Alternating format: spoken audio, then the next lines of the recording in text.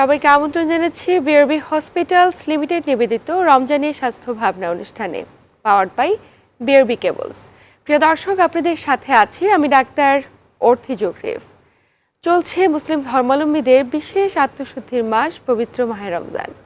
দর্শকের পুরো রমজান মাস জুড়ে আমাদের মাঝে নানা ধরনের স্বাস্থ্য সতর্কতা থাকে, বিশেষ করে যারা কিডনি রোগী এবং কিডনিতে যাদের পাথর হয়েছে এ ধরনের রোগীদের স্বাস্থ্য সতর্কতাগুলো কি হতে পারে, তারা কি আসলে রোজা পালন করতে পারবে নাকি রোজা পালনে বিশেষ কোনো নিষেধাজ্ঞা রয়েছে এবং সেক্ষেত্রে কতটুকু পানি খেতে পারবে এবং কোন খাবারগুলো তাদের জন্য ঝুঁকিপূর্ণ। আজ আমরা কথা বলবো এই প্রত্যেকটি বিষয় নিয়ে এবং আলোচনা করবার জন্য স্টুডিওতে আমাদের সাথে উপস্থিত রয়েছেন একজন স্বনামধন্য বিশেষজ্ঞ চিকিৎসক। উপস্থিত আছেন ডাক্তার গাজী আরিফুর রহমান, যিনি সহকারী অধ্যাপক ইউরোলজি বিভাগ, জাতীয় কিডনি রোগ ও ইউরোলজি ইনস্টিটিউট।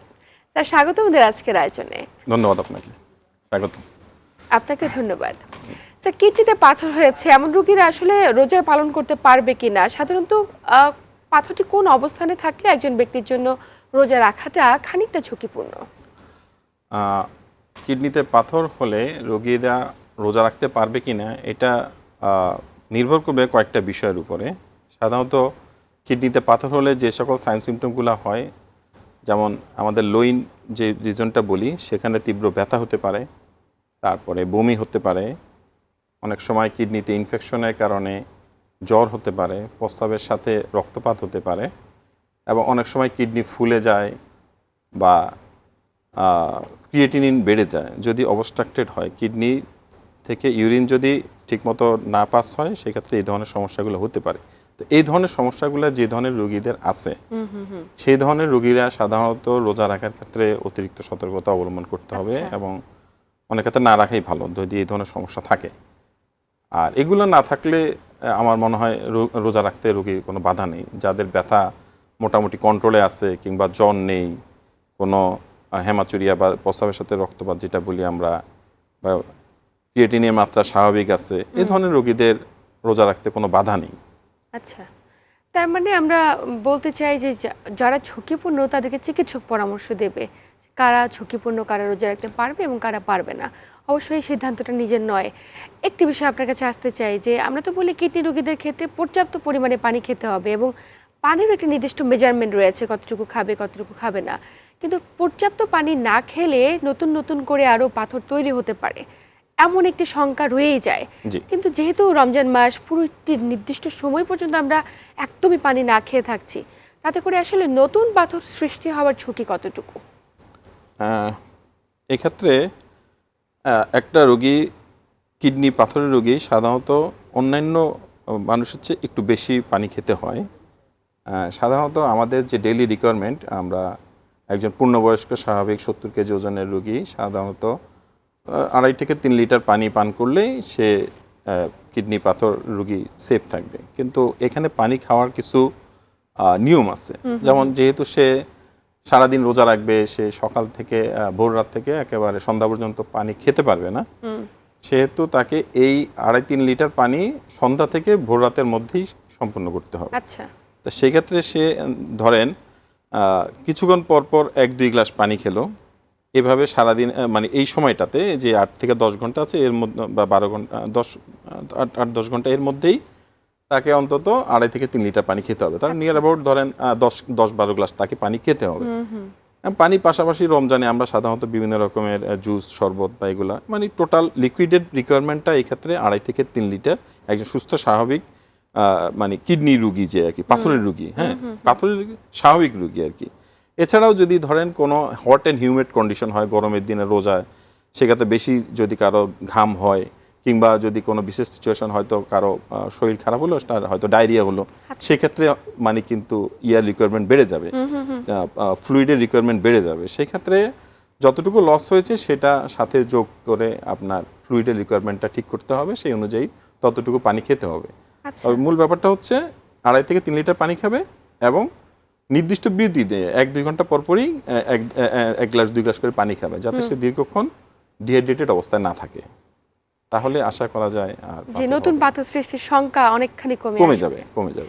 একটি বিষয় জানতে চাই যে সাধারণত কিডনিতে পাথর হয়েছে, অনেক ক্ষেত্রে তো অনেকে বুঝে ওঠে না, কিন্তু বোঝার জন্য বিশেষ কি কোনো উপসর্গ রয়েছে যেগুলোর মাধ্যমে সাধারণ একজন ব্যক্তি বুঝবে? এমনও তো হতে পারে যে রোজা রাখছে, দীর্ঘ সময় না খেয়ে থাকছে এবং দীর্ঘ সময় পানি না খাওয়ার প্রবণতা থেকে একটু পাথর তৈরি হলো। জি। তাহলে উপসর্গগুলো কেমনভাবে বহিঃপ্রকাশ হতে পারে? কিডনির পাথর হলে, হ্যাঁ আপনি ঠিক বলছেন, অনেক সময় পাথর সাইলেন্ট থাকতে পারে। সে হয়তো বুঝলোই না, হয়তো কোনো একটা কারণে একটা আলট্রাসোনোগ্রাম করলো, হয়তো ধরা পড়লো একটা কিডনিতে পাথর আছে। কিন্তু সাধারণত কিডনির পাথরের রোগীদের ব্যথা হবে। আচ্ছা। ব্যথা হবে এবং সেটা লোইন পেইন, মানে পেটের উপরের দিকে বা পিঠের এই দিকে, এইটাতে ব্যথা হয়। ব্যথাটা কোলে কি পেইন হয়, অনেক সময় ডাল পেইন হয়। ব্যথার সাথে সাথে অনেক সময় পেশেন্টের জ্বর থাকে। কিডনি পাথর হলে সাধারণত এই ধরনের রোগীদের ইনফেকশন থাকে, অনেক সময় ইনফেকশন হলে সেক্ষেত্রে জ্বর থাকে। তারপরে পাথর যদি কোনো কারণে কিডনি নালি বা কিডনির পিউজে বলি আমরা, কিডনি এবং কিডনি নালী সংযোগস্থল, এখানে যদি আটকে যায় তাহলে কিডনিটা ফুলে যায়, মানে কিডনির মধ্যে প্রস্রাব আটকে যায় সেক্ষেত্রে। হ্যাঁ, সেই ক্ষেত্রে হাইড্রোনেফ্রোসিস বলি। সেক্ষেত্রে ব্যথার মাত্রা বেশি হয়, তারপরে জ্বর হয়, বমি হয়, অনেক সময় হেমাচুরিয়া হয়, মানে পাথরে ওখান থেকে আপনার ইনফেকশন হয়, ওখান থেকে অনেক সময় মিউকাস ইরোশন হয়ে অনেক সময় হেমাচুরিয়া, প্রস্রাবের সাথে রক্ত যায়। হ্যাঁ, আচ্ছা আচ্ছা। এরকম হতে পারে অনেক সময়। কিন্তু কিডনির পাথরের ক্ষেত্রে হয় না, কিন্তু অনেক সময় প্রস্রাবের থলিতে যদি পাথর হয়, সেই ক্ষেত্রে পাথর কিন্তু প্রস্রাবের নালীতে আটকে গিয়ে একেবারে প্রস্রাব আটকে যেতে পারে কিন্তু। আচ্ছা।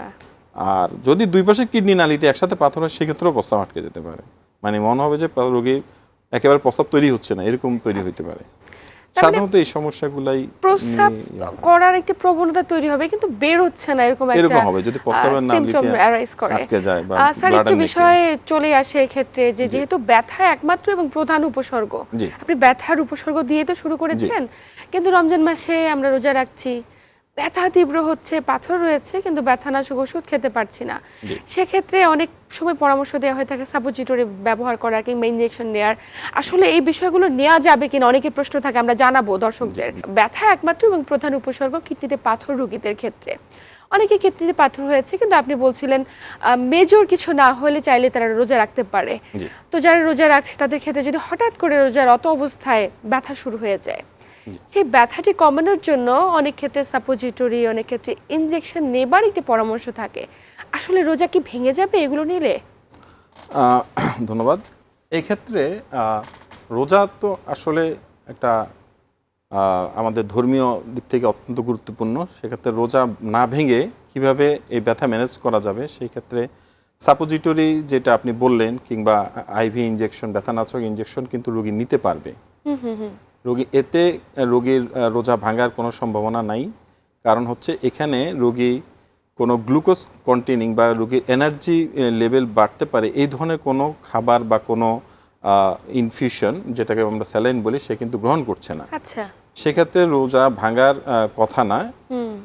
তারপরও এটা যেহেতু একটা ইসলামিক বা একটা ধর্মীয় একটা ব্যাপার, এক্ষেত্রে ইসলামী যারা চিন্তাবিদ আছে ওরা হয়তো আমার চেয়ে আরো ভালো ব্যাখ্যা দিতে পারবে। এবং যদি ব্যথার মাত্রা তীব্র হয় সেক্ষেত্রে তো অসুস্থ রোগীর জন্য রোজা অনেকখানি শিথিল হয়ে যায়।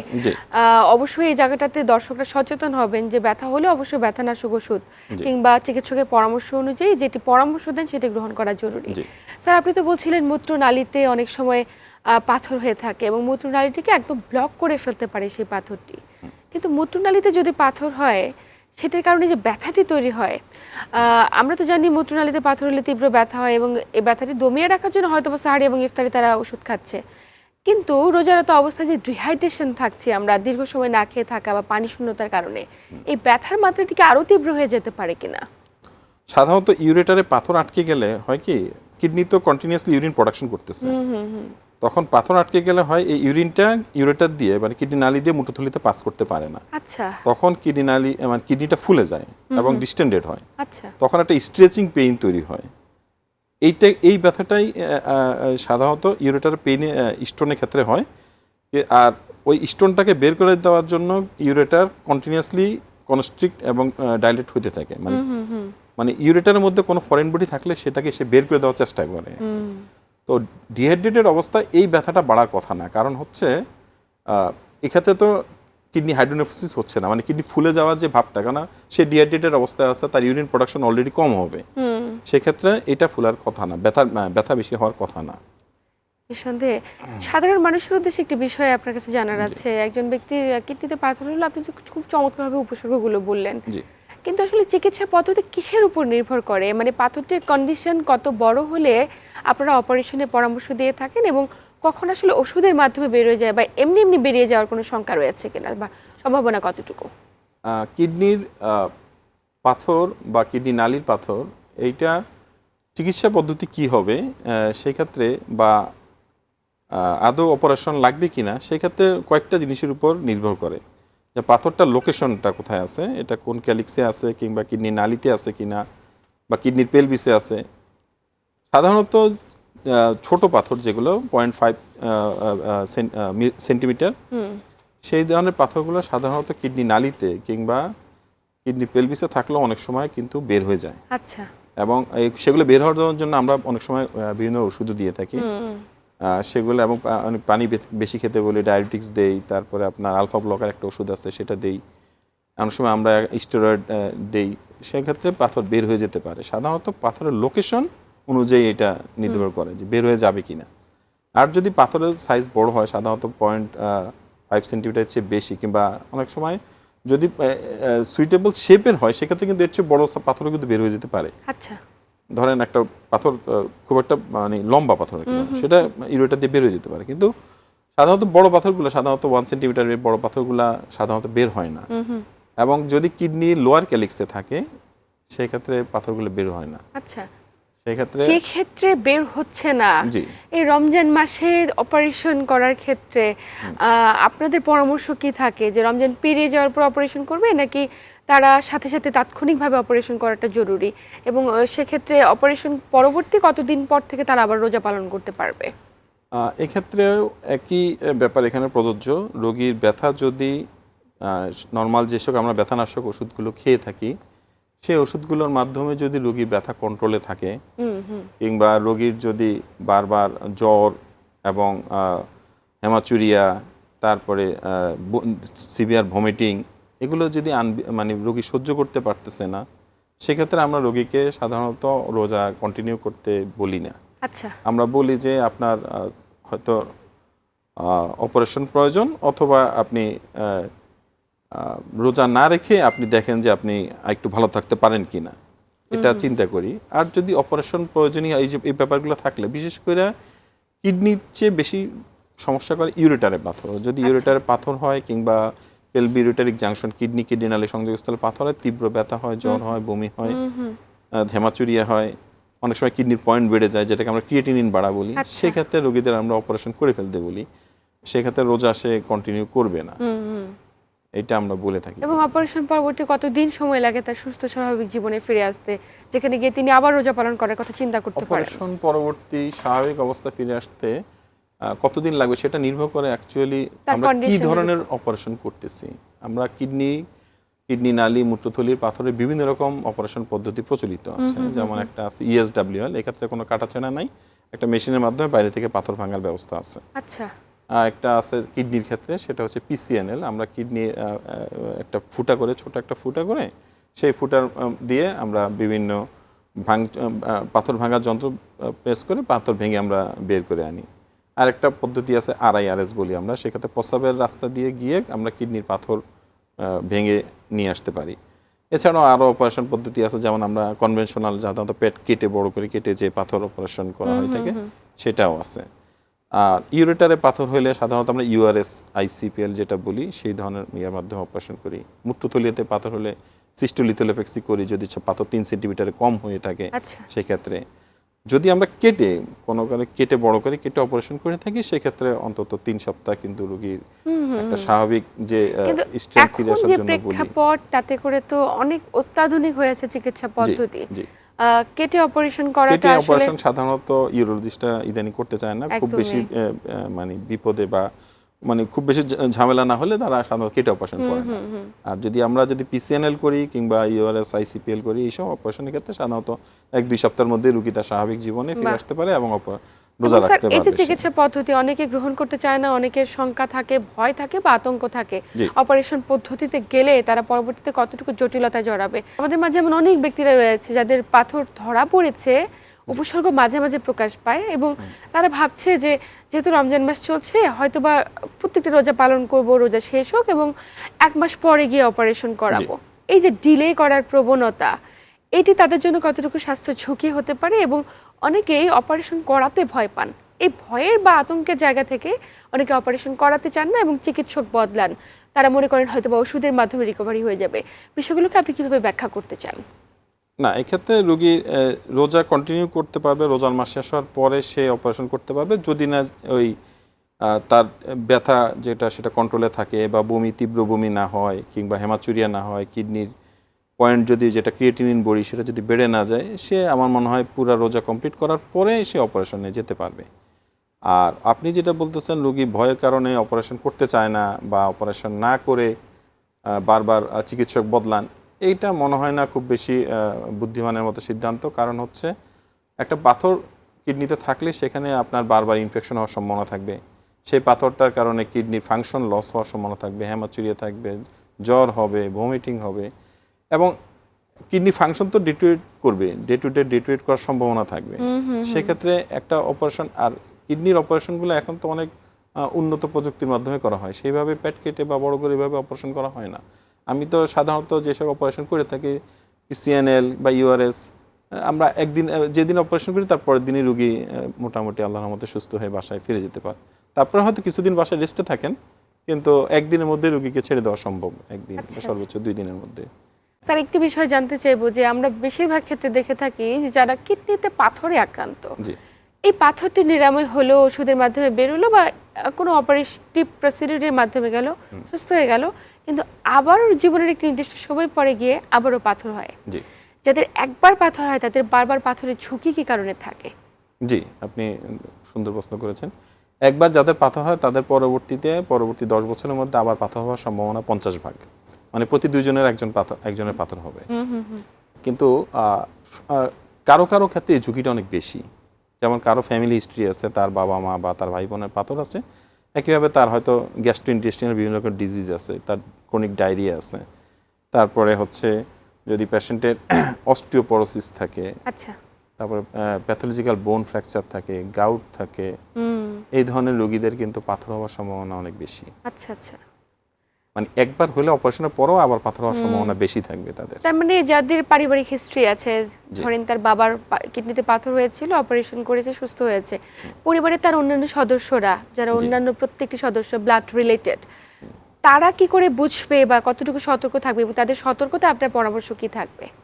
যাদের অল্প বয়সে পাথর হয়, ধরুন 25 বছর আগে যাদের পাথর হয়েছে, কিংবা অস্টিওপরোসিস, উভয় কিডনিতে একসাথে পাথর হয়েছে, মাল্টিপল পাথর হয়েছে, কিংবা গাউট আছে, এই ধরনের রোগীরা কিন্তু আবার পাথর হওয়ার সম্ভাবনা বেশি। আচ্ছা আচ্ছা, কিংবা যাদের রিকারেন্ট ইনফেকশন হচ্ছে, হ্যাঁ, রিকারেন্ট ইনফেকশন, ডায়াবেটিসের রোগী, এই ধরনের রোগীগুলো বারবার পাথর হওয়ার সম্ভাবনা বেশি থাকে। সাধারণত এই ধরনের রোগীদের আমরা মেটাবলিক মানে ইভালুয়েশন করি, আমরা কোন ধরনের পাথর হয়েছে, কী ধরনের পাথর হয়েছে সেইটা আমরা একটা নির্ণয় করার চেষ্টা করি মেটাবলিক ইভ্যালুয়েশনের মাধ্যমে। হ্যাঁ, মেটাবলিক ইভ্যালুয়েশনের মধ্যে ক্ষেত্রে আমরা রক্তের কিছু পরীক্ষা করি, প্রস্রাবের কিছু পরীক্ষা করি, পরীক্ষা করে আমরা বোঝার চেষ্টা করি উনার কোন ধরনের পাথরটা হয়েছে। আচ্ছা, সেটা যদি অ্যাসিডিক ইউরিনে এক ধরনের পাথর হয়, অ্যালকালাইন ইউরিনে আরেক ধরনের পাথর হয়। আচ্ছা, তার মানে রক্ত পরীক্ষার মাধ্যমে বেরিয়ে আসে? হ্যাঁ, রক্ত পরীক্ষার মাধ্যমে বেরিয়ে আসে। তখন কারো যেই উপাদানের মাধ্যমে পাথরটা হয়েছে সেইটার এগেনস্টে আমরা তাকে মানে প্রিভেনশন করার জন্য আমরা ওষুধ দিয়ে থাকি। যেমন ধরেন কারো যদি অ্যাসিডিক স্টোন হয়, যেমন ইউরিক অ্যাসিড স্টোন, এটা একটা অ্যাসিডিক স্টোন, তাহলে সে তাকে আমরা এমন জুস বা সিরাপ দিই যে কারণে তার প্রস্রাব অ্যালকালাইন হয়ে যায়। অ্যালকালাইন হয়ে গেলে পিএইচ এর মাত্রা বেশি, যেমন 6-7 যদি পিএইচ থাকে, সেটা কিন্তু আর অ্যাসিডিক ইউরিন হওয়ার সম্ভাবনা থাকবে না। এইভাবে তারা মোটামুটি সেফ থাকতে পারবে আর কি। অবশ্যই সেক্ষেত্রে পরিবারের কোনো ব্যক্তি যদি কিডনিতে পাথর আক্রান্ত হয়ে থাকে অলরেডি, পরিবারের প্রত্যেকটি সদস্য যেন সচেতন হয় এবং সচেতনভাবে জীবনযাপন করে। স্যার, এক্ষেত্রে যারা রোজা রাখছে, রোজা পালন করছে কিডনিতে পাথর নিয়ে এবং যারা ঝুঁকিতে রয়েছে, তাদের উদ্দেশ্যে আপনার পরামর্শ কি থাকবে? একদম আমরা আলোচনা শেষ প্রান্তে আছি। যারা পাথরে আক্রান্ত হয়েছেন একবার, তারা অতি দ্রুত পাথরের চিকিৎসা করবেন। সেটা হয়তো কনজারভেটিভ ম্যানেজমেন্ট হতে পারে, বা যদি অপারেশন লাগে সেটা অপারেশন করে ফেলবেন। এবং যে সকল মেজার নিলে পাথর না হবে, আমরা এতক্ষণ আলোচনা করছিলাম পর্যাপ্ত পরিমাণে পানি খেলে কিংবা সাইট্রেট কন্টেনিং যে ফ্রুট যেমন লেবু, কমলা, তারপরে মালটা, এগুলো জুস খেলে পাথর হওয়ার সম্ভাবনা কমে যাবে। রেড মিট, লবণযুক্ত খাবার বা অক্সালেট কন্টেনিং ফুড যেমন কচু, তারপরে হচ্ছে বিট, বাদাম, চা, কফি, কোল্ড ড্রিঙ্কস, এগুলো যদি অ্যাভয়েড করতে পারে তাহলে তার পাথর হওয়ার সম্ভাবনা অনেকটাই কমে যাবে। নিঃসন্দেহে। এবং আমরা আমাদের জীবনযাত্রার অংশ বানিয়ে ফেলেছি চা, কফি, কোল্ড ড্রিঙ্কস, এই প্রত্যেকটি জিনিসকে। এগুলোই আমাদের মনের অজান্তে অযাচিত জীবনযাপন প্রত্যেকটি মুহূর্তে আমাদের কিডনিতে এবং কিডনিতে পাথর হবার জন্য ঝুঁকির কারণ হচ্ছে। অবশ্যই এগুলো এড়িয়ে চলা জরুরি আপনার পরামর্শ মতে। একদম স্যার আলোচনার শেষ প্রান্তে আপনাকে আন্তরিক ধন্যবাদ গুরুত্বপূর্ণ তথ্য এবং পরামর্শের মাধ্যমে দর্শকদের উপকৃত করবার জন্য। জি, আপনাকে অসংখ্য ধন্যবাদ। প্রিয় দর্শক, এই ছিল আমাদের আজকের আয়োজন। আসুন নিয়মতান্ত্রিক জীবনযাপন করি, পরিমিত খাদ্যাভ্যাসে অভ্যস্ত এবং কতটুকু পানি খাওয়া জরুরি সেটা তো আমাদের বিশেষজ্ঞ চিকিৎসক বলেই দিয়েছে। সেই অনুযায়ী জীবনযাপন পদ্ধতিতে একটুখানি পরিবর্তন আনি, তবেই আমরা সুস্থভাবে প্রত্যেকটি রোজা পালন করতে পারবো। সবাই ভালো থাকুন, সুস্থ থাকুন এবং বৈশাখী টিভির সাথেই থাকুন।